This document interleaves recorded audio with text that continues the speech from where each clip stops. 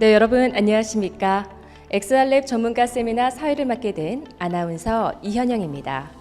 4강에서는 동서울대학교 VR 교육센터장이시자 또 창의 메이커 스페이스 VR존 책임 교수로 지내고 계시며 또 5G 기반 비대면 XR 원격 교육 플랫폼 모임 개발에 참여를 해주신 동서울대학교 김준호 교수님을 모셔보도록 하겠습니다. 실감 콘텐츠와 메타버스라는 주제로 강연해 주시도록 하겠습니다. 안녕하세요. 동서울대학교 김준호라고 합니다. 지금 2015년부터 여러 가지 지금 서비스들이 계속 나오고 있습니다. 처음에 AR, 그 다음에 VR, MR, XR, 그 다음에 메타버스 지금 이렇게 진행을 되고 있는데 저는 좀 관점을 좀 다르게 보고 있는 게 지금 저는 VR 우리가 그 기존에 계속 이야기하고 있던 이 VR은 우리가 궁극적으로 달성해야 될 목표가 아닌가, 현실과 차이가 없는 그야말로 진정한 가상현실을 VR로 본다, 이렇게 본다 그러면은 우리가 지금 현실은 인터넷과 연결되어 있는 이 지금 현실을 얘기하는 거고요. 그 다음에 AR이나 MR이나 XR 뭐 이런 부분들은 실감 콘텐츠의 영역으로 저는 생각하고 있습니다. 그리고 이제 우리가 기존에 얘기했던 VR이라는 이 장르는 VR이라기보다는 새로 나온 디바이스죠. HMD, 헤드 마운트 디스플레이를 잘 활용할 수 있는 컨텐츠 영역이다. 저는 이제 그렇게 보고 있는 거고, 뭐 AR, MR, XR 이거 다 마찬가지다. 뭐 이렇게 보고 있습니다. 그리고 현실 세계와 가상현실, 그 가상 모델링된 것들을 어떻게 잘 활용하느냐의 영역으로 이제 보고 있는 거고요. 그 이후에 지금 화제가 되고 있는 메타버스는 기존에 있던 그 HMD 활용 콘텐츠, 그 다음에 AR, 뭐 XR, 뭐 여러 가지 서비스들이 있었는데 거기에서 가장 좀 빠져 있던 것들, 그러니까 커뮤니케이션 부분, 그러니까 사용자들이랑 같이 뭐를 한다 하는 거, 그 다음에 사용자가 직접 뭔가를 만들어낼 수 있다 하는 그런 관점에서 봤을 때 메타버스가 우리가 가고자 하는 VR 환경, 그 현실과 차이가 없는 이 가상현실과 조금씩 가까워지고 있지 않을까, 이제 저는 그렇게 보고 있습니다. 그래서 제가 지금 말씀드리고자 하는 거는 2014년, 15년부터 이제 VR, 뭐 HMD가 새로 막 개발이 돼서 나오면서 제가 지금까지 해왔던 여러 가지 경험, 지금 메타버스까지 진입하면서 어떤 차이점들이 있었는지 그런 부분에 대해서 좀 쭉 설명을 해드리고, 그 다음에 이제 이 미래는 어떻게 될 것인가 하는 거에 대한 뭐 학생들과 같이 한번 얘기해보는 그런 시간을 갖도록 하겠습니다. 그러니까 지금 제가 봤을 때는 처음에 2014년, 15년부터 시작해서 여러 가지 뭐 정부에서 이제는 AR, VR 시대다. 그 다음에 뭐 MR 콘텐츠다. 뭐 그 다음에 XR이다. 뭐 여러 가지가 나오고 정부 지원 사업도 어마어마하게 많이 나왔습니다. 그래서 뭐 거의 대부분의 업체들이 이 지원 사업에 다 참여해서 여러 가지 뭐를 만들었어요. 사실은 굉장히 많은 걸 만들었는데 뭐 장비에 대한 그 문제도 있었고, 그 다음에 이제 이해도, 컨텐츠에 대한 이해도에 따른 문제, 그 다음에 뭐 이런 여러 가지 건강상의 뭐 이런 것들 때문에 계속 뭔가 이 허들을 넘지 못하고 계속 말만 바뀌는 그런 형태가 되고 있었는데, 그런 부분에 대해서도 조금 좀 설명을 드리도록 하겠습니다. AR은 사실은 제일 이슈가 됐던 적은 언제였었냐면은 2006년, 7년쯤 우리가 2007년쯤 되겠네요. 2007년 아이폰이 이제 스마트폰이 처음 나오면서 증강현실 서비스가 막 나왔습니다. 그래서 스마트폰을 막 들이다 대면은 정보가 막 나오는 뭐 이런 서비스들이 막 나오면서 사람들이 야, 스마트폰 되면 더 희한한 걸 할 수 있다 막 이러면서 증강현실이 굉장히 이슈가 됐어요. 그래서 그때 저도 증강현실 관련된 논문도 좀 써보고, 그 다음에 개발도 해보고 이제 여러 가지 해봤습니다. 근데 이건 사실은 뭐 이런 가상현실이라기보다는 현실에 기반에 되어 있는 데이터 증강, 데이터를 보여줄 수 있는 어떻게 보면 빅데이터 같은 그런 영역인 거죠. 그 다음에 AR 글래스가 지금 계속 나온다 그러면서 근 10여 년 동안을 지금 정체 상태에 있습니다. 그리고 지금 제가 보기에는 처음에 나왔던 이 AR 기술들하고 많이 발전을 했지만 형태가 그렇게 크게 달라지진 않았었어요. 그 다음에 뭐 여러 가지 이제 뭐 이슈가 있지만은 AR 글래스가 본격적으로 출시가 되면은 뭔가 달라지지 않을까 하는 기대감 속에 계속 지금 개발하고 있는 업체들이 상당수 있는 걸로 알고 있습니다. 그다음에 이제 HMD 이거를 우리는 지금까지는 VR이다 이렇게 얘기를 했는데 저는 사실은 그렇게 VR이라고 얘기를 하지는 않고 새로운 디바이스 제가 충격을 받았던 그 2014년에 그 오큘러스 DK1 그걸 보고 충격을 받았던 그런 충격처럼 HMD를 어떻게 하면 잘 활용할 수 있을까에 대한 영역으로 저는 보고 있습니다. 그래서 이 초기에 어떤 문제들이 있었냐면은 360도 영상, 그 다음에 게임 엔진을 가지고 하는 모델링된 여러 가지 그 인터랙션이 돼 있는 컨텐츠 이런 것들 중에 어떤 게 다 진짜 가상현실이냐 하는 것들에 대해서 굉장히 이슈가 많았어요. 360 영상을 하시는 분들은 360 영상도 가상현실이다 이렇게 얘기하시는 분들도 있었고 저도 이제 그런 쪽에 있었고 그 다음에 모델링한 인터랙션이 들어가야지 가상현실이다 이렇게 얘기하시는 분들도 있었고 근데 제가 보는 관점에서는 다 맞는 말인데 진짜 가상현실은 아니다. 진짜 가상현실은 아니고 이 어떻게 보면 360도 영상이나 그 다음에 게임 엔진을 가지고 만드는 컨텐츠나 모두 새롭게 등장한 HMD라는 디바이스, HMD라는 이 장치를 어떻게 잘 활용할 것인가에 대한 컨텐츠였다. 저는 이제 이렇게 보는 거고요. 몰입성이 당연히 있는 거고. 그래서 HMD를 활용한 컨텐츠, 이거를 기존에 우리가 얘기했던 VR 컨텐츠라고 얘기하는 것이 아니냐, 뭐 이렇게 저는 생각하고 있습니다. 그 다음에 이제 MR이라는 게 또 등장하죠. 믹스드 리얼리티라 그래서 이때부터는 사람마다 다 얘기하는 것도 다르고 정의도 다 다릅니다. 근데 저는 좀 다르게 보는 이유가 뭐냐면 이 MR이라는 말이 나왔을 때 같이 등장한 게 MS 마이크로소프트의 믹스드 리얼리티라는 플랫폼입니다. 그리고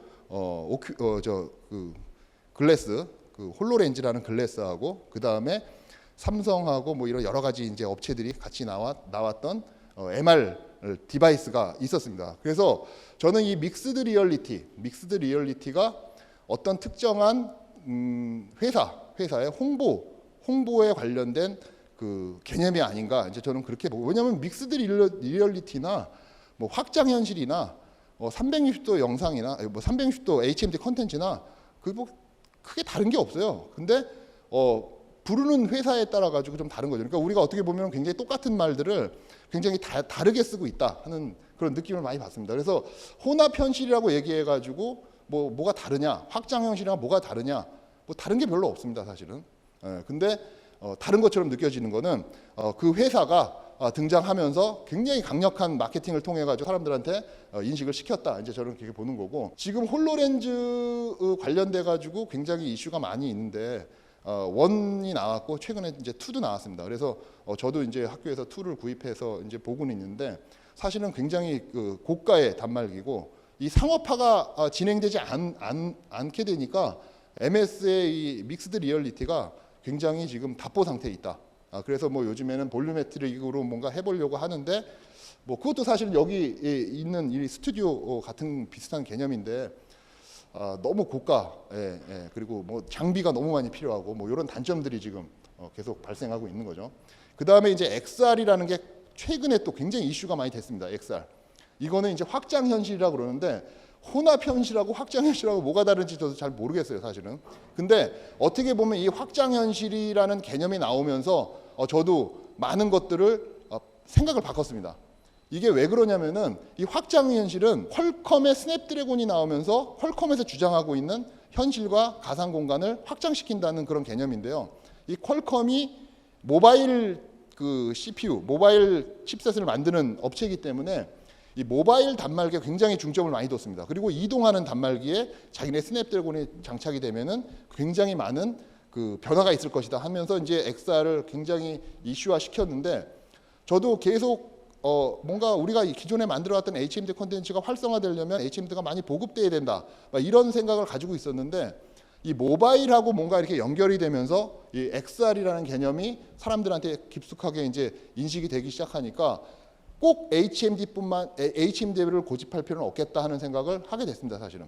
그리고 이 모바일 쪽으로 굉장히 칩셋이 강화되면서 우리가 지금 쉽게 접할 수 있는 오큘러스 퀘스트 2, 그 다음에 중국에서 만든 피코, 같은 이런 단말기들이 나오면서 뭔가 대중들한테 뭔가 접근이 쉬울 수 있는 단말기들이 계속 이제 나오고 있습니다. 그래서 이 XR이라는 개념은 우리가 지금 뭐 메타버스, 가상현실 뭐 이런 식으로 진입을 하는 단계에서 굉장히 큰 역할을 하고 있지 않나 이제 저는 그렇게 보고 있습니다.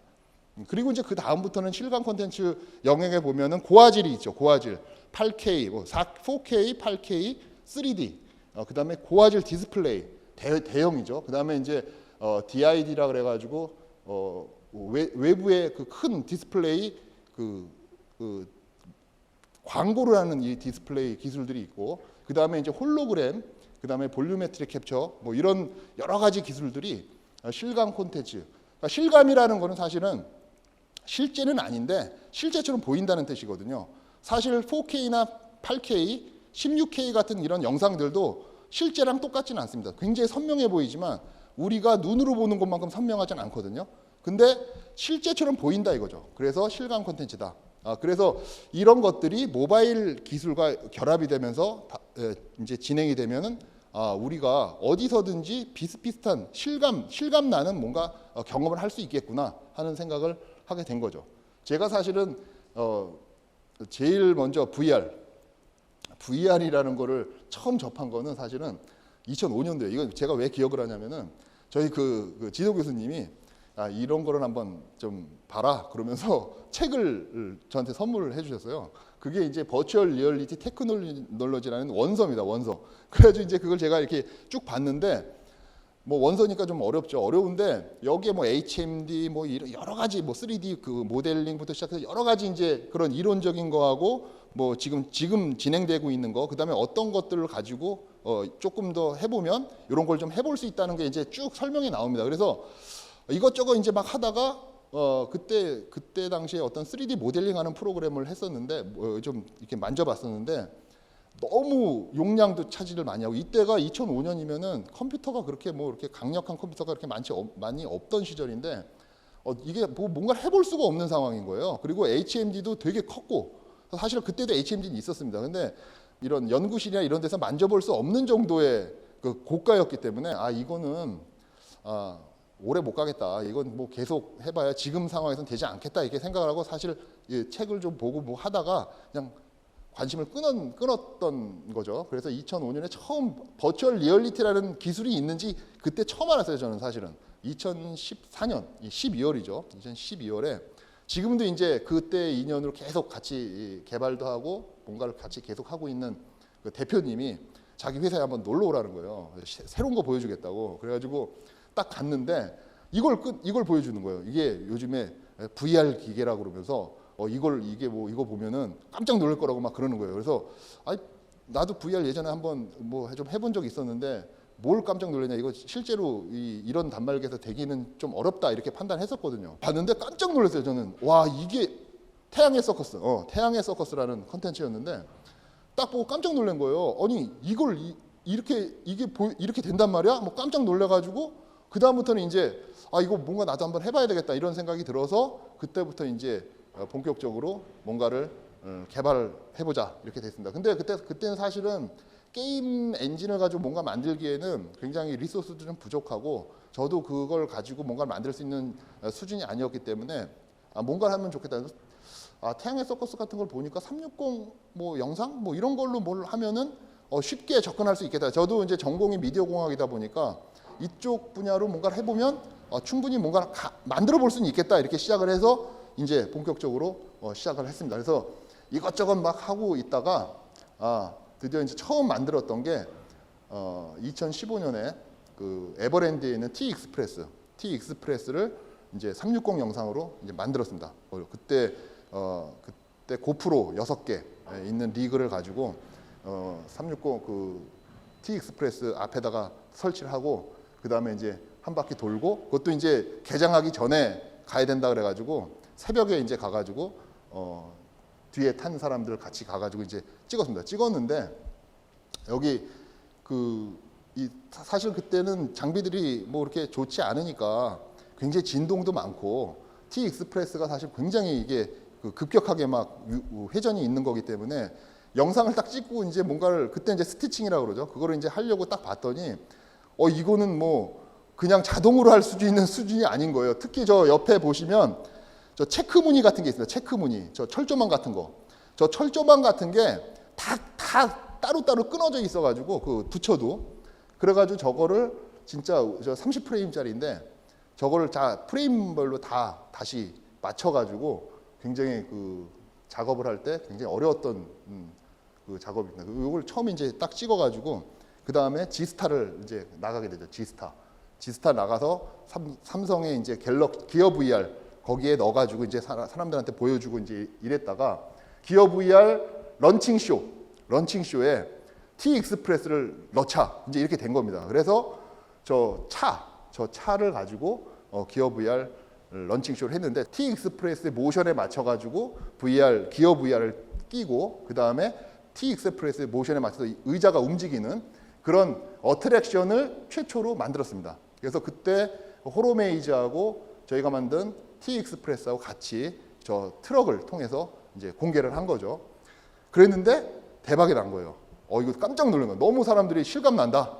막 이래가지고 그래가지고 이걸 어떻게 했냐? 예, 요거는 좀 그렇고 그걸 어떻게 했냐? 그 CES에 삼성전자가 저게 한 80석 정도 되나? 저 80석 정도 되는 좌석에다가 T 익스프레스를 저기다 연동을 시켜가지고 CES에서 공개를 했습니다. 지금까지 제가 듣기로는 삼성전자가 CES 나가서 삼성전자 그 전시관에 줄을 섰던 거 저게 처음이라고 그러더라고요. 엄청나게 히트를 쳤습니다. 그래가지고 그때부터 이제 HMD와 이 어트랙션이 연결되는 것들이 이제 붐이 일게 된 거죠. 그래서 저희도 굉장히 놀랬고 그 다음에 이제 이거는 VR 사운드를 한번 구현해 보자. 그래서 섭외를 해가지고 거기서 이제 했는데 이거는 가우디 오디오라고 그 공간 사운드만 전문적으로 하는 업체랑 같이 콜라보해서 했던 프로젝트였습니다. 그래서 굉장히 그 결과물이 굉장히 좋았는데 그때도 마찬가지로 저거를 틀 수 있는 상황이 아니었어요. 뭐 유튜브나 이런 데서도 스페셜 사운드를 지원하지 않았던 때였고 뭐 아무리 설명을 해줘도 잘 모르던 뭐 그런 거였는데 어쨌거나 하여튼간 굉장히 재미있게 촬영했던 기억이 있습니다.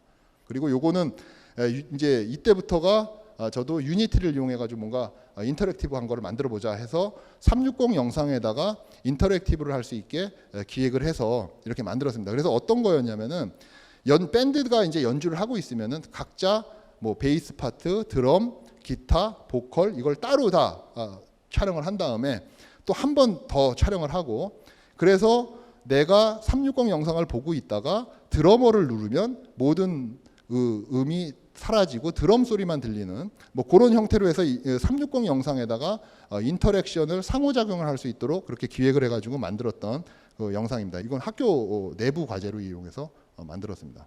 요거는 이제 제가 SCI 논문을 냈던 건데 우리가 360 3D 컨텐츠를 만들다 보니까 두 개의 영상을 스티칭해서 막 붙이기가 너무 어렵더라고요. 그래서 우리가 일반적으로 앞에를 주로 많이 보기 때문에 이 앞에 두 면은 3D로 찍고 그 다음에 뒤는 하나로 찍은 다음에 스티칭을 양쪽으로 하게 되면 3D 영상이 나온다 이런 가정을 가지고 이제 영상을 찍어서 애플리케이션을 만들어 돌려봤더니 굉장히 효과가 좋았습니다. 그래서 기존에 있던 카메라에서 리그를 만들어서 그렇게 했더니 좋더라. 그래서 효율적인 3D 영상을 만드는 방법으로 선정이 된 거죠. 어떻게 보면 논문에 SCI 논문으로 통과가 됐으니까. 그러다가 이제 작년에 코비드 사태가 딱 벌어진 거예요. 3월 원래 중순에 이제 강의를 하기로 돼 있었는데 이게 2주가 연장이 됐어요. 그래서 3월 말에 첫 번째 강의를 하게 됐습니다. 그래서 우리는 어떻게 보면은 2주를 벌은 거죠. 뭐 누가 준비하라고 그런 건 아닌데 어쨌든 간에 목표했던 것보다 2주가 늘어났으니까 이건 진짜 한번 해볼 수 있겠다는 생각을 가지고 이제 런칭을 하게 된 겁니다. 그래서 일단 학생들이 입장하면 아바타가 나오고 선생도 아바타를 통해서 강의를 하자 이렇게 만들어 가지고 이제 했고 그래서 3월 30일 날 첫 번째 런칭을 했고 그 다음에 지금까지 계속 업그레이드 해가지고 모임이란 애플리케이션을 만들게 됐습니다. 그래서 이제 그 강의를 시작하면은 이제 아바타가 등장하게 되는데요. 이런 아바타가 나옵니다. 저 옆에 있는 그 코수염 난 사람은 저고요. 그다음에 모자 쓴 사람은 아마 학생일 겁니다. 그래서 이렇게 이제 아바타가 등장해서 하니까 굉장히 학생들이 즐거워하는 거예요. 그러니까 기존에는 질문 안 하던 학생들이 질문도 하고, 그다음에 저도 사실은 그 학교에서 맨날 뭐 이렇게 딱딱하게 하고 있다가 아바타를 이용해서 하니까 좀 재밌고, 그래서 학생들이랑 굉장히 재밌게 강의를 했었는데, 요 모임 앱을 통해서 강의하는 장면들을 한번 보시면서 한번 얘기를 해보시면 좋을 것 같습니다.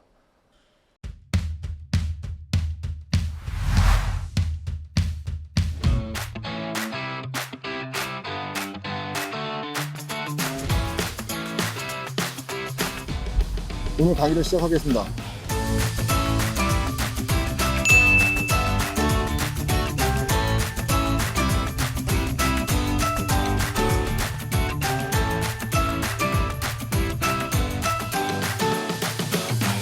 강의를 시작하겠습니다. 실제로 제가 우리 학교에서 드론 융합 트랙 강의를 지금 제가 만든 모임이란 그 메타버스 안에서 실제로 강의를 하고 있습니다. 그래서 오늘 전파진흥협회에서도 같이 한번 해봤으면 좋겠다 해서 준비를 했고요. 지금 간단하게 우리가 그 메타버스가 뭔지 뭐 일반적으로 너무 많이 나와 있기 때문에 그런 부분들에 대해서는 뭐 다 아실 거라고 생각을 하고, 뭐 제가 이제 VR 관련돼 가지고 수년간 지금 연구를 하고 이제 뭐 이런 뭐 강의도 이런 서비스도 만들어 보고 컨텐츠도 만들어 보고 하는 과정에서 지금 기존에 있던 VR 서비스하고 지금 현재 메타버스하고의 차이점이 뭔가 이렇게 생각을 해봤을 때, 어쨌거나 지금 뭐 아바타가 나오는 것도 조금 다른 부분이고, 거기서 가장 중요한 부분들은 이제 커뮤니케이션 부분인 것 같아요. 기존에 있던 VR 컨텐츠들은 혼자 체험하는 형태였는데, 지금 메타버스라고 말하는 여러 가지 서비스들은 서로 커뮤니케이션이 가능하다 하는 게 가장 큰 특징이라고 볼 수 있습니다. 그리고 이제 이런 로블록스 같은 사용자가 직접 참여해서 공간을 만들어가는 그런 것들이 이제 점점 나오기 시작하기 때문에 그런 것들이 지금 기존에 있던 가상현실에 있던 서비스하고 다른 점이 아니냐 하는 거고, 우리가 VR 그러면은 항상 HMD에서만 접속한다 이렇게 생각을 하고 있었는데, 이 메타버스 서비스 그리고 XR 이런 개념들이 도입이 되면서 실감 콘텐츠 영역에서 봤을 때 HMD가 아니라 다양한 기기에서 접속할 수 있다, 그런 차원에서 봤을 때는 좀 더 확장된 개념이 아닌가 이렇게 생각을 하고 있습니다. 그게 이제 제가 생각하는 메타버스고요. 작년에 제가 이 가상현실에서 온라인 강의를 하는 서비스다 해가지고 요걸 이제 같이 만들어서 작년 3월 달에 이제 최초로 강의를 했는데, 그때까지만 해도 사실은 메타버스란 말이 없었습니다. 그래가지고 좀 되게 사람들을 이해시키기가 굉장히 어려웠었거든요. 근데 최근에 이제 메타버스란 말이 막 나오면서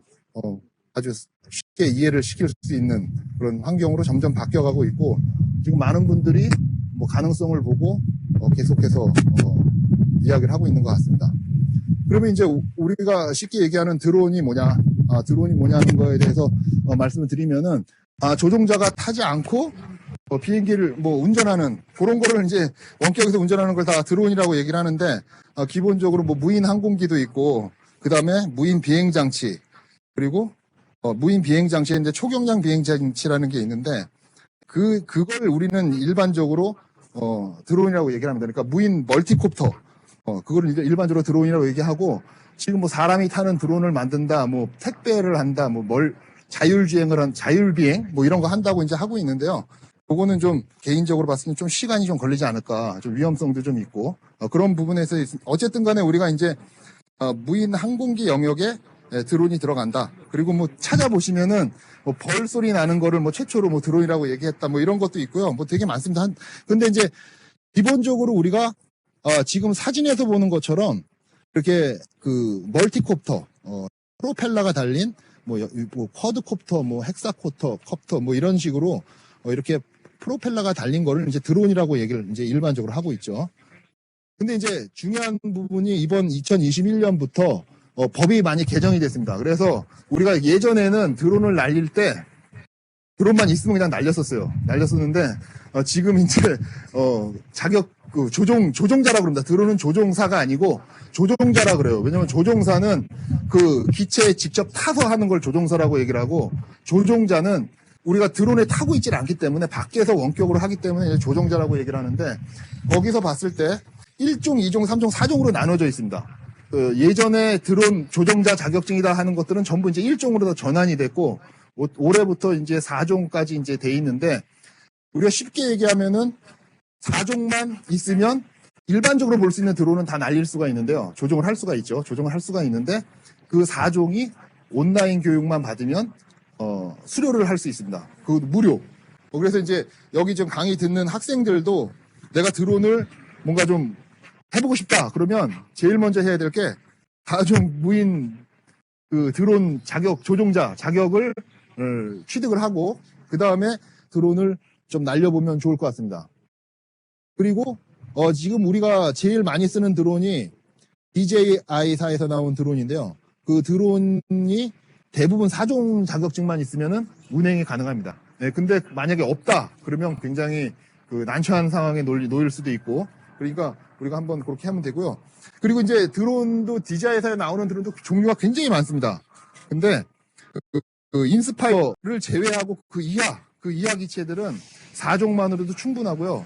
그 다음에 비영리, 개인이 운행하는 거는 뭐 더 큰 문제 없이 날릴 수가 있으니까 그런 것들을 꼭 염두하셔서 하시면 될 것 같고, 이 공원에서 강의를 하는 거라서 뭐 지금 주변 환경이 이렇게 썩 좋지는 않습니다. 근데 어쨌든 뭐 밖에서 이렇게 강의를 할 수 있다는 것만으로도 굉장히 좋은 게 아닌가 하는 거고요. 이 매빅 미니 시리즈 같은 경우에는 비행 승인 없이 날릴 수는 있는데, 우리가 드론을 일반적으로 날린다 그러면 촬영을 목적으로 날리기 때문에 촬영은 별도 허가를 받아야 됩니다. 그래서 그런 부분들을 좀 설명을 좀 해드리도록 하겠습니다.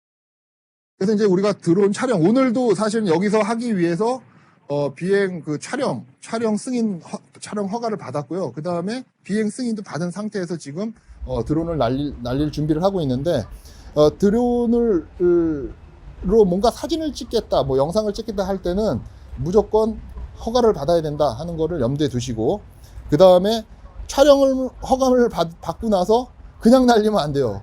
촬영 허가를 했다 그래가지고 비행 승인이 난 건 아닙니다. 그래서 비행 승인도 같이 받으신 다음에, 그 다음에 이제 준비가 된 상태에서 내려가시면 되고, 이거는 굉장히 통합 사이트로 잘 구축이 되어 있습니다. 그래서 드론 원스톱 민원 서비스를 이용하시면은 한 번에 드론 촬영 허가, 그 다음 비행 승인을 받을 수 있는데 별도로 받아야 되고, 왜냐면 국가 기관이 달라가지고 그거를 꼭 염두에 두시고 하시면 좋을 것 같습니다. 그러니까 우리가 사실은 드론 날리러 간다 그러면 일단 기본적으로 비행 그 촬영 허가 무조건 맡고 나간다 이렇게 보시면 될 것 같아요. 왜냐면은 언제 우리가 그냥 드론 연습만 하는 게 아니라 드론을 가지고 무조건 거의 대부분 촬영을 하기 때문에 그렇게 하시면 좋을 것 같습니다. 그 다음에 이제 간단하게 지금 혹시 여기 그 학생들 중에 드론 한번 조종해본 학생들 있어요? 있으면 손 좀 들어보세요. 손. 한 명도 없나? 한 명 있네. 드론 한 명이네. 자격증 취득했어요? 네, 그거 안 하신 것 같아. 그래서 일단 기본적으로 우리가 드론에 대해서 기본만 알고, 그 다음에 이제 그 카메라 연결을 해가지고 실제로 드론을 한번 보여드리면서 설명을 다시 한번 드리도록 하겠습니다. 이게 지금 왼쪽에 있는 게 드론을 위해서 찍은 화면인데요. 이렇게 쿼드콥터 이렇게 날개가 4개가 있습니다. 그래서 한쪽의 날개는 시계 방향으로 돌고, 하나는 시계 반대 방향으로 돌고, 또 이렇게 이제 한 칸씩 건너가지고 그런 식으로 구성이 되는데, 요게 이제 반대로 돌면서 밑에 이제 양력 같은 걸 발생시켜가지고 위로 뜨는 그런 원리로 되어 있고요. 뭐 오른쪽으로 도냐 왼쪽으로 도냐 이거는 회전수에 따라서 이렇게 되어 있습니다. 그래서 우리가 이 공학적으로 이제 접근하게 되면 모터 수의 변화에 따라 가지고 이제 움직여진다 이렇게 얘기를 하시면 될 것 같고, 요거를 이제 이 드론을 조정하는 이 조종기가 이렇게 있는데, 요거는 이제 기본적으로 국내에는 모드 2로 이제 설정을 해놓고 이제 하고요. 이게 이제 모드 1은 지금 그림으로 되어 있는 거에 반대입니다. 그렇게 되어 있고, 그 다음에 이제 왼쪽 키는 상승 하강하고 회전, 그 다음에 오른쪽 키는 전진 후진과 좌로 이동, 우로 이동 이렇게 이제 돼 있습니다. 그래서 요거를 이제 기본적으로 이제 인지를 하신 다음에 드론을 날려주시면 될 것 같습니다. 실제로 드론을 한번 보여드리면서 한번 해보도록 하겠습니다. 아마 드론 화면이 지금 나갈 거예요. 드론 화면. 드론의 액정에 다 화면 표시가 되잖아요. 그죠?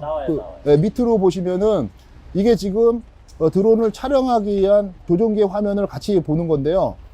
이게 지금 제가 하고 있는 기체는 DJI사에서 나온 팬텀4 기종입니다. 그래서 여기 보시면은 상단의 우측으로 보면은 GPS 위성이 지금 9개, 10개가 계속 왔다 갔다 거리면서 지금 잡히고 있습니다. 이게 잡혀야지 우리가 호버링을 좀 쉽게 할 수가 있고, 그 다음에 뭐 배터리 있고, 그 다음에 이제 그 화면 영역이 이제 나오는 거죠. 요게 이제 스로틀이 상승.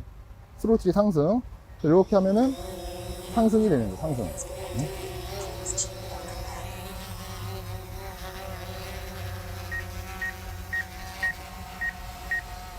이렇게. 이제 요거를 좌측으로 이렇게 회전을 하면 드론이 회전을 합니다. 우측 회전.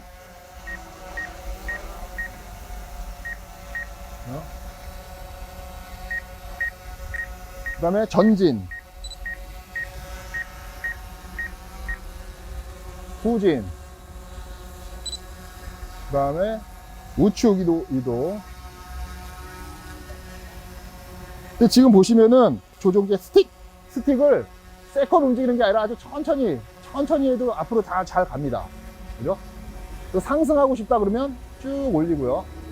지금 요게 이제 그 드론에 달려있는 그 짐벌 카메라를 밑으로 내려서 지금 제가 날리고 있는 이 모습. 그 다음에 조종기는 항상 이렇게 움직이지 않도록 이렇게 잘 맞춰서 이렇게 보여주시고, 그 다음에 뭐 이렇게 우측으로, 이게 지금 이제 회전을 한 상태잖아요. 그래서 요거 좌우측을 잘 판단하셔야 됩니다. 그죠? 일단은 아까 좀 전에 드론을 실제로 날리는 모습을 그 화면을 통해서 이제 보여드렸으니까, 제가 오늘 이렇게 하는 이유는 우리가 이제 뭔가 강의를 할 때 메타버스 안에서 강의를 한다고 하더라도 이게 실제 상황하고 이렇게 연결을 해가지고 할 수 있으면 더 좋을 것 같다는 생각을 했고, 그래서 이제 남들이 잘 안 하는 하늘에 떠 있는 모습, 하늘을 볼 수 있는 그런 형태로 해서 실시간으로 좀 그 현실하고 이렇게 현장하고 연결하는 게 어떨까 해가지고, 원래는 실내에서 하려고 했던 거를 이제 오늘 이제 그 메타버스 공간이라는 가상 공간 안에서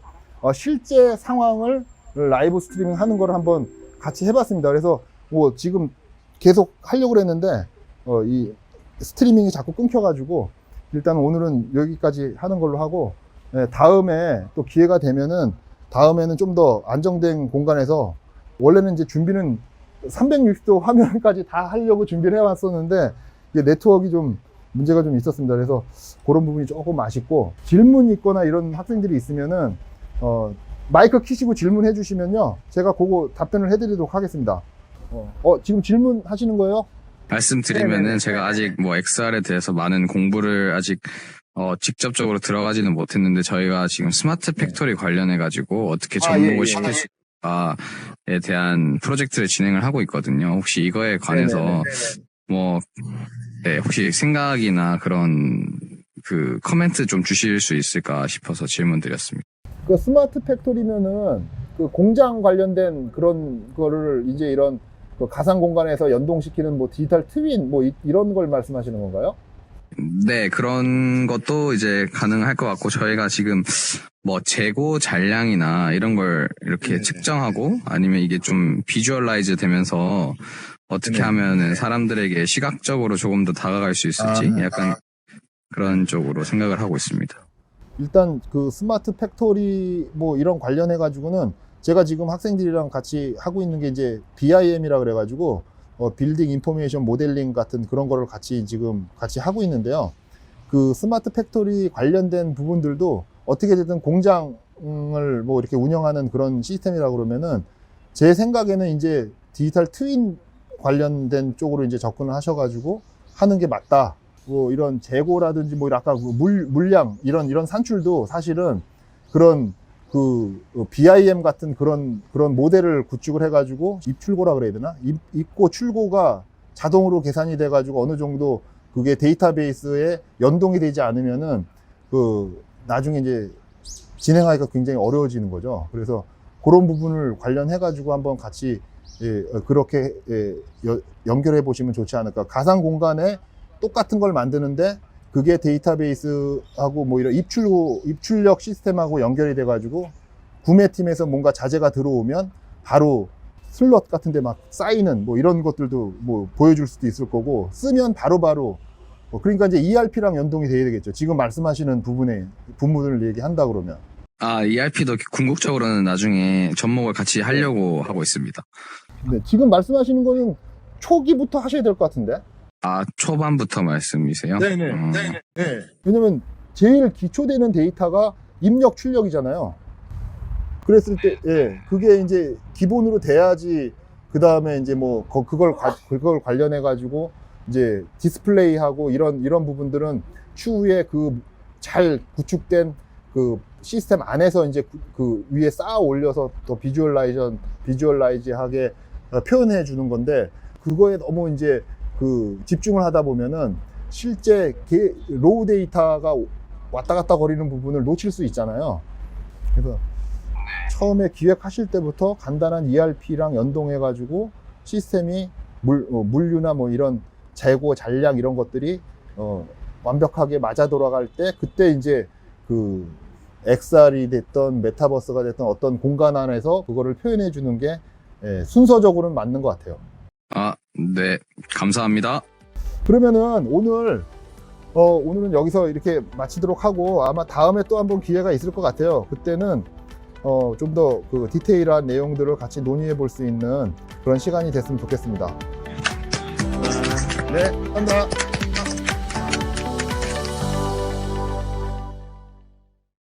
모임 앱을 통해서 강의하는 영상 잘 보셨죠? 아마 강의 보는 학생들 중에는 실제 그 강의 현장에 있었던 학생들도 있고, 그 다음에 그때는 못 봤지만 지금 이 강의를 통해서 어떻게 진행하는지를 봤던 학생들도 있을 겁니다. 그 학생들 중에는 모바일로 접속했던 학생들도 있을 거고, 그 다음에 PC에서 접속했던 학생들도 있을 거고, 그 다음에 HMD를 통해서 접속했던 학생들도 있을 거예요. 그래서 이게 보면은 처음에는 HMD부터 시작을 했는데, 학생들, 수요자들의 요구사항에 따라 가지고 저희가 스마트폰, 그 다음에 타블렛, 그 다음에 PC 버전, 그 다음에 옵저버 모드, 뭐 여러 가지 다양한 기능들이 있는 애플리케이션을 순차적으로 지금 개발해서 나오고 있고요. 좀 있으면 이제 웹에서 접수를 해가지고 뭔가 할 수 있는 그런 걸로 하고, 그 다음에 처음에는 강의실에서 시작했는데 지금은 회의실, 학생들이 자기들도 모여서 뭔가를 하고 싶다, 프로젝트를 진행하는 걸 회의하고 싶다 해서 회의실도 하나 만들고, 그 다음에 같이 영화를 볼 수 있는 시네마도 만들고요. 그 다음에 강의실은 한 45명 정도 클래스를 만들 수가 있고, 더 뭔가를 하고 싶으신 분들, 뭐 이런 컨퍼런스 뭐 이런 걸 할 수 있게 대형 컨퍼런스 룸, 지금 거기는 200명이라고 써놨는데 저희가 테스트 해보기로 한 500명까지는 큰 문제 없이 컨퍼런스를 진행할 수 있는 컨퍼런스 공간 이렇게 만들어 가지고 다 잘 되고 있습니다. 그리고 그 안에는 유튜브 영상이라든지 본인들이 만들었던 영상, 그 다음에 라이브 스트리밍, 3D 360도 영상, 우리가 기존에 해왔던 여러 가지 기술들을 다 여기다가 집어넣습니다. 그래서 여러 가지 경험들을 이 안에서 할 수 있게 그렇게 만들었습니다. 그래서 아마 애플리케이션이 계속 업데이트 될 때마다 학생들이 좀 어떤 게 바뀌었는지 이런 걸 보시면은 되게 재밌지 않을까 뭐 이렇게 생각하고요. 그 다음에 이제 우리가 처음에 이제 이걸 만들어 가지고 사람들한테 이제 보여줬어요. 아바타를 이용해서 강의를 하는 거다. 이제 막 보여줬어요. 막 보여주니까 학생들이 그 강의에 참여했던 학생들은 첫 마디가 뭐였냐면 되게 재밌다, 신기하다, 그리고 계속 이런 데서 했으면 좋겠다, 이런 반응이었어요. 그래서 굉장히 이제 피드백도 좋았고, 그 대신 요런 기능들이 좀 있었으면 좋겠다 하는 것들을 굉장히 의견을 많이 줬습니다, 사실은. 그래서 학생들의 의견을 반영해서 굉장히 많은 것들을 업데이트를 할 수 있었어요. 제가 1년간을 이걸로 계속 강의를 했으니까. 그래서 처음에는 우리는 XR 어떤 환경에서든지 확장해서 가상 공간에 접속할 수 있다는 개념으로 시작을 했는데, 갑자기 메타버스라는 이 용어가 화제가 되면서 그냥 우리는 메타버스 서비스가 만들어진 것처럼 보이는 거죠. 이 제페토 같은 경우에는 제가 작년부터 굉장히 많이 관심을 갖고 지금 뭐 계속 보고 있는데, 제페토도 사실 별게 없어요. 그냥 가서 왔다 갔다 거리고 하는 건데, 거기 들어와 있던 어떤 익명의 대상자들하고 같이 놀 수 있다는 거, 이게 핵심이었더라고요. 그래서 그거를 저희가 뭐 저도 마찬가지고 뭐 우리 같이 업계에 있던 분들이 그걸 놓치고 있었던 거죠. 사실은 기술적으로 봤을 때는 그렇게 어려운 기술이 아니었는데 그걸 놓치고 있었던 거예요. 그래서 이게 메타버스라는 이슈가 우리한테 뭔가 새로운 인사이트를 줬구나. 그래서 우리나라에서는 메타버스라는 말이 굉장히 이슈가 돼서 어쨌든 그 활성화가 되고 있는데, 그럼 기존에 우리가 VR이라고 얘기했던 이런 서비스가 지금까지 왔는데 어떤 그 허들을 넘지 못하고 굉장히 힘들었던 그런 기억이 있습니다. 그래서 이 메타버스도 사실은 이렇게 되는 거 아니냐, 이렇게 하는 우려도 있고, 그 다음에 이제 이걸 시작으로 해가지고 굉장히 많은 것들로 발전해 나갈 것이다, 이렇게 생각하는 분들도 있습니다. 근데 저는 좀 그 제가 쭉 경험해본 바에 의하면 이 메타버스라는 이 용어가 굉장히 사람들한테 많이 이제 익숙해졌고, 그 다음에 우리가 기존에는 없었던 커뮤니케이션이 가능한 공간으로 지금 발전해 나가고 있고, 지금 메타버스가 우리가 추구하고 있는 궁극의 가상현실의 길목에 있다, 이렇게 보기 때문에 저는 굉장히 발전할 거라고 지금 예상을 하고 있습니다. 그리고 이거에 참여하는 이 분들, 지금 이 강의를 듣고 있는 학생들이 한 20대 중반, 그 다음에 저한테 강의를 듣는 학생들은 20대 초반이고, 그 이전의 학생들은 10대 후반 뭐 이럴 텐데, 거기서 13을 빼면요, 인생의 반 이상을 스마트폰, 이 디지털 세대에 살았던 학생들입니다. 그러니까 인생의 반을 디지털화되어 있는 공간에서 경험을 했던 친구들인 거예요. 그러니까 우리랑은 대화하는 것 자체도 다르고 생각하는 것 자체도 다릅니다. 그리고 금세 익숙하다는 거죠. 그러니까 어렸을 때부터 카트라이더, 메이플 스토리 했던 학생들이 이제 강의도 메타버스 이런 가상 공간에서 하네, 너무 익숙한 거예요. 우리는 이런 데서 어떻게 공부를 해? 뭐 이런 입장인데, 학생들은 다르다는 거죠. 게임하면서도 공부할 수 있는 그런 세대. 그렇기 때문에 이 친구들이 이제 본격적으로 이거에 이제 진출하기 시작하면은, 우리가 어떤 아이디어를 내 가지고 뭔가를 제시하는 거가 이제 이런 시대는 끝났고, 그 친구들은 이런 가상 공간에서 활동했던 경험들은 굉장히 많은데, 그거를 갖다가 자기 아이디어를 기술적으로 구현하기에는 굉장히 힘들단 말이에요. 그런 아이디어를 우리 같은 사람들한테 제시를 해주면 우리가 그 아이디어에 맞춰서 만들어줄 수는 있다. 그래서 뭔가는 이제는 우리가 뭔가 사람들한테 제시하는 그런 게 아니라 판을 만들어주고 그 사람들이 쉽게 만들 수 있도록 뭔가를 계속 추가해 나가면은, 이제는 한번 딱 들어가기 시작하면은 뒤로 후퇴하기는 쉽지 않지 않을까, 이제 이런 생각을 합니다. 그래서 저는 이제 많은 분들이 세계적인 시장 이런 거 분석도 하고 이제 변곡점을 지나서 발전할 거고 계속 말씀 많이 하시는데, 처음 초창기부터 지금까지 메타버스까지 계속 쭉 개발을 했던 경험에 의하면 기존에는 없었던 그 사용자 참여가 강화된 뭔가의 그 서비스들이 지금 계속 등장하고 있고, 그 다음에 그 전에는 코로나 이전에는 왜 해야 되는지 몰랐던 사람들이 코로나 이후에 이것들이 왜 필요하구나, 이제는 꼭 이런 데서도 뭔가 해야 되겠구나 하는 필요성들이 생기고 있기 때문에, 이제는 VR 우리가 진짜 얘기하고 있는 이 가상 현실을 구현하기 위해서 많은 사람들이 같이 동참할 것이다, 이제 이렇게 생각하고 있고, 여기 안에서 뭔가 커뮤니케이션이 일어나고, 그 다음에 이런 시장 경제 활동이 계속 지속적으로 이루어지게 되면은 시장은 굉장히 크게 될 것이다. 그리고 우리가 얘기하고 있는 여러 가지 분야가 디지털 트랜스포메이션 돼서 이 메타버스 가상현실로 같이 연동이 된다 그러면은 굳이 밖에 나가서 활동하지 않아도 가상 공간에서 모든 걸 해결할 수 있기 때문에, 이제는 뗄래야 뗄 수 없는 그런 서비스로 진화가 될 것이다, 이렇게 저는 예측하고 있고요. 그러기 위해서 학생들한테 굉장히 많은 얘기를 하고 있습니다. 니네가 해줘야 된다. 우리는 이제 더 이상 아이디어는 끝났다. 니네가 뭔가 아이디어를 주면 우리가 만들어줄게. 그거를 계속해서 얘기를 하고 있습니다. 그래서 제가 지금 항상 얘기하고 있는 게 메타버스 미래 어떻게 될 거냐. 이거는 우리가 만드는 게 아니고 우리 같은 노땅들이 만드는 게 아니고 처음부터 디지털화되어 있는 사람. 그러니까 태어날 때부터 스마트폰 손에 쥐고 있었던 사람. 어렸을 때부터 한글 스마트폰으로 띈 학생들. 뭐 이런 학생들이 이제 자기가 어렸을 때부터 게임 공간, 어느 공간에서 했던 경험들을 갖다가 얼마나 진짜 여기다가 투영시킬 수 있을 것이냐. 이런 것들을 계속 제안하고 같이 얘기하고 만들어 나갔을 때 이건 가능하다. 미래는 밝다. 이렇게 생각하고 있기 때문에 지금 이 XR랩 이 강의를 듣고 있는 학생들은 새로운 기술도 되게 중요한데 기존에 자기가 그 디지털 그 세상 가상 공간에서 했던 경험들, 이 경험들을 갖다가 어떻게 저기다 접목을 시킬 것이냐. 이런 아이디어만 있어도 굉장히 큰 성공을 할 수 있지 않을까. 저는 그렇게 생각하고 있습니다. 저희는 사실은 이제 한계에 도달한 것 같아요. 지금 만들었던 이 여러 가지가 거기까지인 것 같아.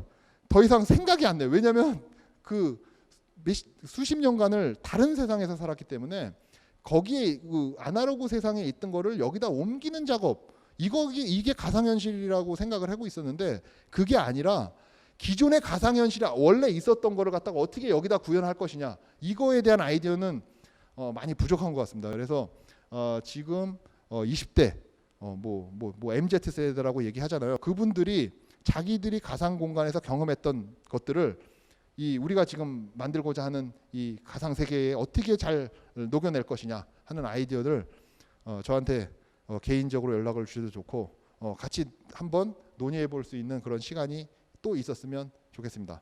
오늘 긴 시간 동안 강의를 들으느라 고생 많으셨습니다. 감사합니다.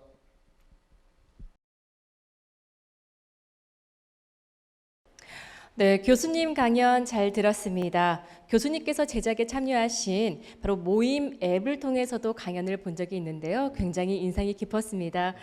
자, 앞으로도 온라인 강연에 아마 새로운 모습을 계속해서 보여주시지 않을까라는 생각이 드네요.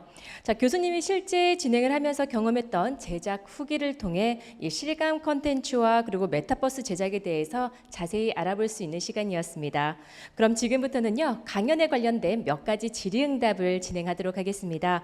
네, 질문은 사전에 XR랩 소속 연구자분들께 받았고요. 제가 대신해서 질의응답을 하도록 하겠습니다. 네, 그럼 첫 번째 질문입니다. 이 기존의 VR은 훈련에서 사용되는 경우가 굉장히 많았습니다. 그런데 메타버스 개념이 도입이 될 경우에는 이 산업 훈련 분야에서 어떠한 변화가 생기는지 궁금합니다.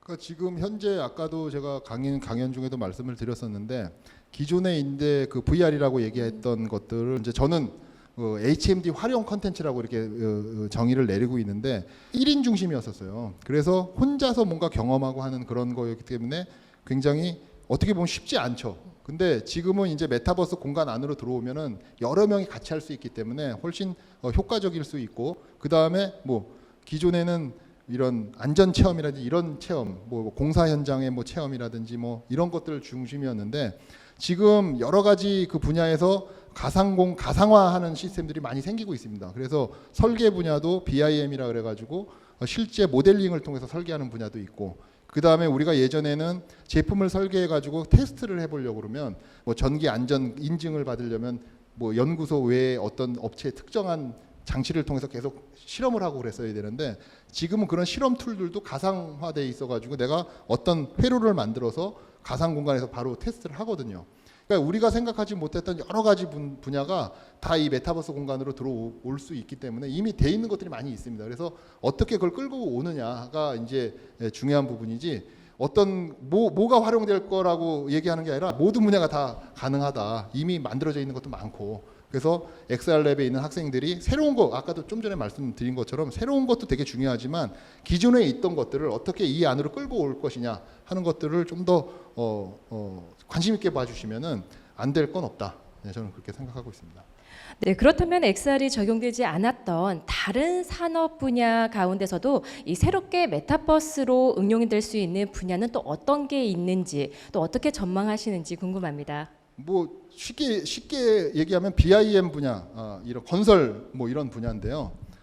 그 분야에서 지금 모델하우스 있잖아요. 모델하우스 같은 경우에는 지금 대안이 없습니다, 사실은. 사람들을 모이지 못하는 상황에서 모델하우스를 운영하기가 굉장히 어려워요. 근데 기존에 이미 아파트 설계를 할 때 그 모델링 된 걸로 설계해 놓은 업체들도 있거든요. 그러면 이 메타버스 공간 안에서 모델하우스를 열 수도 있고요. 그 다음에 그 다양한 뭐 체험 공간도 만들 수 있고, 그 다음에 지금 하고 있는 것들은 그 AR 관련된 서비스들도 이 메타버스 안에서 뭔가 해볼 수 있지 않을까, 그런 생각으로 지금 계속 뭐 저도 다른 업체들하고도 계속 얘기를 하고 있는데, 뭐 산업 분야가 뭐 어떤 산업으로 갈까 뭐 이걸 걱정할 게 아니고 지금 있는 걸 어떻게 활용 잘 할까 하는 거. 그다음에 저는 이제 생각하고 있는 게, 기존에 있던 그 지금 우리 같은 사람들은 어떤 생각을 하냐면은 지금 현장에 있는 걸 어떻게 일로 넣을까를 생각을 해요. 그건 제가 봤을 때는 한계가 있다고 보고, 원래 가상세계에 있던 거를 현실로 어떻게 끌고 올 거냐, 그것을 좀 어떻게 좀 해보고 싶은 생각이 들더라고요. 네, 답변 잘 들었습니다. 그렇다면 또 다음 질문을 바로 이어가 보도록 하겠습니다. 그렇다면 메타버스를 구축해서 이 드론 원격 조정과 같은 기행을 수행할 때 이제 현실에서의 변수들이 있을 수가 있습니다. 뭐 새라든지 바람이라든지 이렇게 다양한 돌발적인 상황들이 일어날 수가 있는데, 이럴 경우에는 어떻게 처리가 될까요? 지금 그 메타버스 공간 안에서 외부에 있는 드론을 연결해서 할 수도 있고요.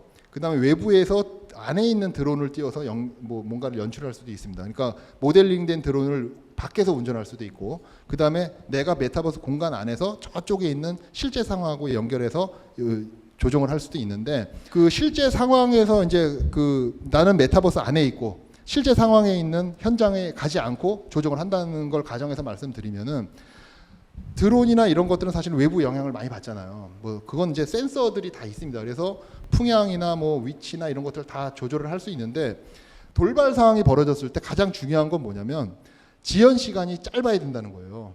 그러니까 내가 현장에 있으면 어떤 돌발 상황이 생겼을 때 바로바로 대처가 가능한데, 나는 여기 있고 현장은 저 멀리에 있다 그러면 거기서 문제가 발생했을 때 여기서 움직였을 때 바로 반응을 해야 되거든요.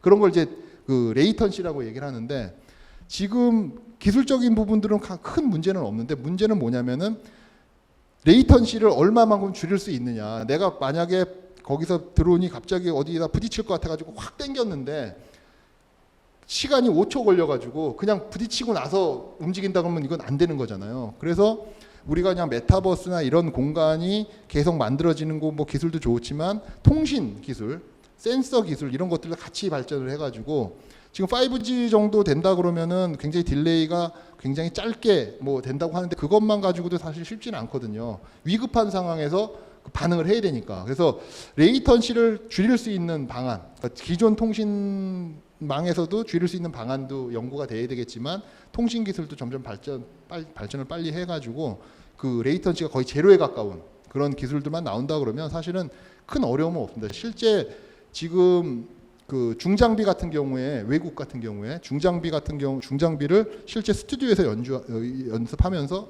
그쪽에서 실제 공사를 하는 그런 것들도 지금 많이 테스트를 하고 있고, 이 레이턴시 관련된 부분들은 뭐 이런 그 메타버스뿐만이 아니라 자율주행이나 뭐 이런 자동차 분야에서도 굉장히 중요한 요소이기 때문에 그 분야에 대해서는 또 통신 또 전문가 그룹에서 굉장히 연구를 많이 하고 있어요. 그래서 우리는 빠른 그러니까 지연 시간을 최대한 해서, 그리고 위험한 상황이 되면 날리지 않는 게 좋습니다.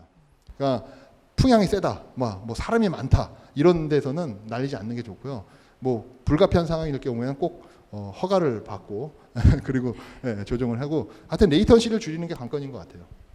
네, 답변 잘 들었습니다. 그럼 이제 마지막 질문을 또 이어가 보도록 하겠습니다. 메타버스를 개발하는 경우에 평균적으로 VR 그리고 AR을 사용할 때보다 더 많은 자원을 필요로 할 것으로 생각이 되는데요. 추후 메타버스가 과거에 싸이월드라든지 그리고 현재 트위터라든지 페이스북, 인스타 같은 이 대중화를 이루어질 경우에는 자원이 부족한 이들에게는 어떻게 또 논의가 이루어지는지에 대해서 궁금합니다. 그 자원이라는 게 사실은 그 사용자들이 뭐 장비에 대한 부담 뭐 이런 것들도 있을 수 있고, 뭐 데이터에 대한 부담 뭐 이런 것들도 있을 수 있는 거잖아요. 뭐 돈만 있으면 뭐 비싼 장비 사고 뭐 통신료 막 내면서 쓸 수는 있겠지만, 뭐 일단 지금 질문한 학생들의 생각은 모델링도 굉장히 많이 들어가야 되고 뭐 여러 가지 것들이 많이 들어가야 되는데 그런 것들을 그 자원이 좀 부족하지 않을까 이렇게 생각하고 있거든요. 근데 실제는 사실 그렇지는 않습니다.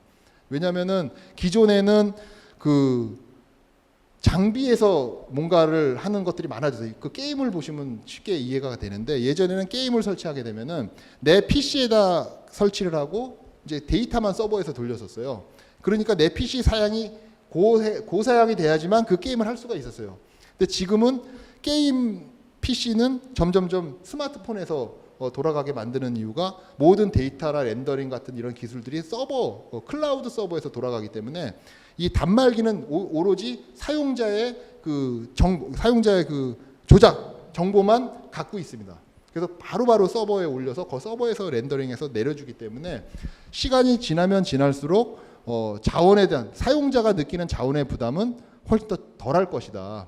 지금 예전처럼 똑같은 환경에서 뭔가 고해상도를 돌리는 그런 걸 생각하면은 비용이 많이 들 거라고 생각을 하는데 실제로 기술이 발전하면은 서버에서 돌려서 바로바로 아까도 좀 전에 제가 얘기했던 레이턴시 분야 문제만 해결이 된다고 하면 서버에서 바로바로 올리고 VR도 사실은 아주 단말기에서 내가 그 기초 조작하는 것들만 할 수만 있으면 바로바로 여기서 될 수 있거든요. 그래서 그런 부분들 또 전문적으로 연구하는 분들이 있어요. 예, 그 뭐 엣지 컴퓨팅이라든지 뭐 여러 가지 그런 기술들을 연구하시는 분들이 있고 클라우드 렌더링이란 기술들이 지금 굉장히 막 발전을 하고 있습니다. 그렇기 때문에 자원에 대한 부담은 뭐 그렇게 크게 느끼지 않으셔도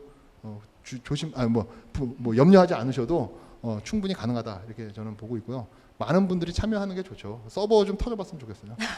네. 자, 이렇게 많은 분들이 또 많이 이용을 해주시면 그만큼 또 저희 대표님께서 더욱더 많은 기술들도 선보여 주실 거니까요. 앞으로가 더욱더 기대가 됩니다. 자, 이제 저희 교수님의 답변 잘 들었고요. 교수님 강연과 그리고 Q&A를 통해서 이 실감 콘텐츠와 메타버스에 대한 자세히 알아볼 수 있는 시간이 아니었나라는 생각이 드네요. 이것으로 XR랩 전문가 세미나 4강을 마치도록 하고요. 강연에 함께해 주신 동서울대학교 김준호 교수님께 다시 한 번 더 진심으로 감사드립니다. 수고 많으셨습니다. 감사합니다. 네, 다음 강연에서부터는요, 해외 전문가 강연이 진행되도록 하겠습니다. 청강해 주신 연구원 여러분들 수고 많으셨고요. 그럼 저는 다음에 뵙도록 하겠습니다. 감사합니다.